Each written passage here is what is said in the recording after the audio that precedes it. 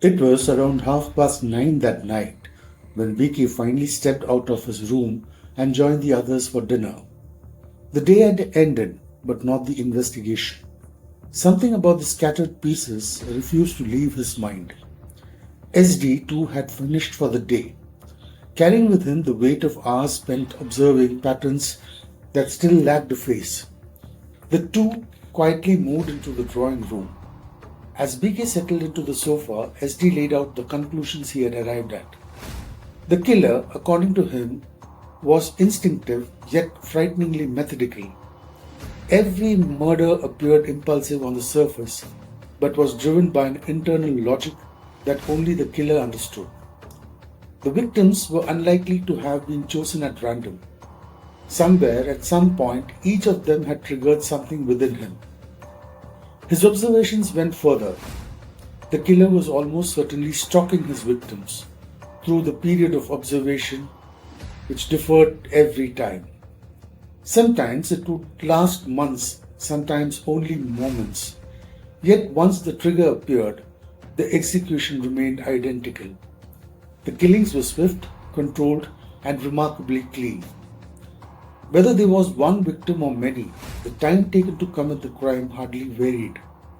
Above all, the murder left behind almost nothing that could expose it. BK listened without interruption. He neither questioned nor challenged the assessment. He simply absorbed it, allowing every observation to settle where it belonged. Satisfied that enough had been discussed for one night, he asked SD to rest before continuing the investigation the following morning. Morning arrived with its usual routine at the guest house. During breakfast, Maya and Rakesh joined them while Balaton attended to everyone. Before BK could finish his meal, Maya handed him a collection of photographs she had gathered the previous day. The images captured numerous graffiti-style artworks created by Angad over many months across different parts of the town. BK immediately sensed their importance. He asked Maya to forward every photograph to him without delay. He then requested SD to repeat the behavioral assessment from the previous night. As Maya and Rakesh listened, independent observations from entirely different directions slowly began aligning into a single pattern. Far away from the guest house, Angad remained completely unaware that his world had quietly begun intersecting with another. His morning unfolded as it always did. After Balika woke him up, he washed himself at the public tap, changed into fresh clothes, and accompanied her to the temple.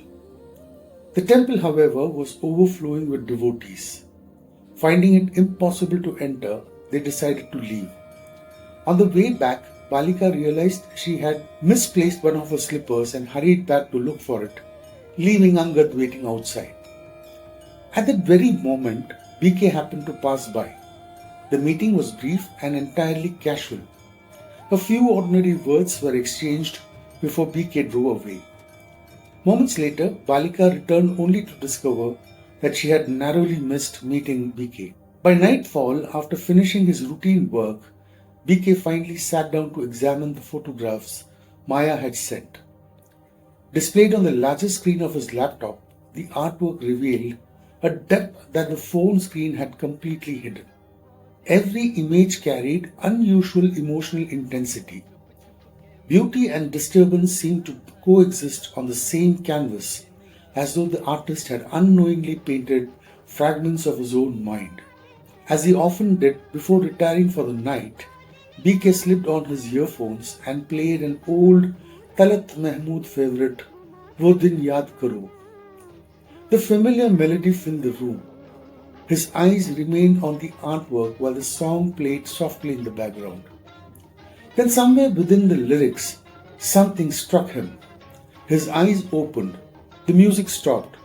He pulled out the earphones, turned immediately towards the laptop, and began moving rapidly between the paintings and the case files. One after another, unrelated fragments started fitting together, a possibility that had remained invisible until then suddenly became impossible to ignore. Without wasting another moment, BK called Maya and asked her to come to the guest house immediately, alone.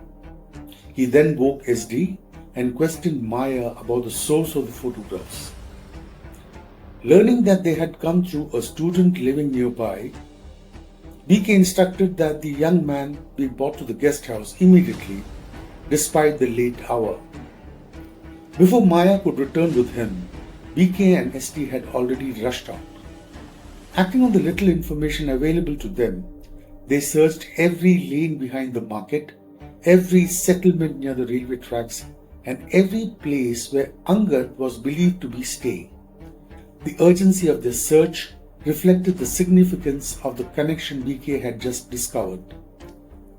Unaware of the reason behind the search, Angad happened to wake during the night and stepped outside towards the public tap for a drink of water.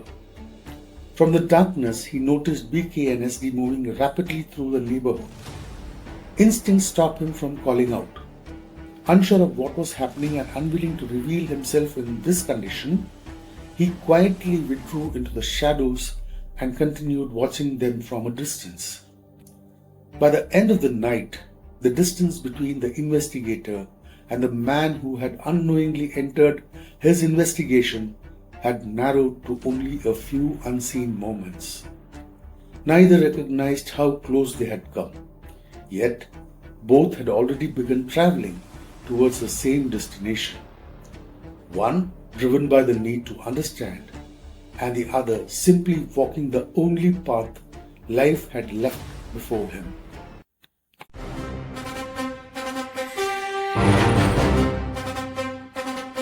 Where stories begin.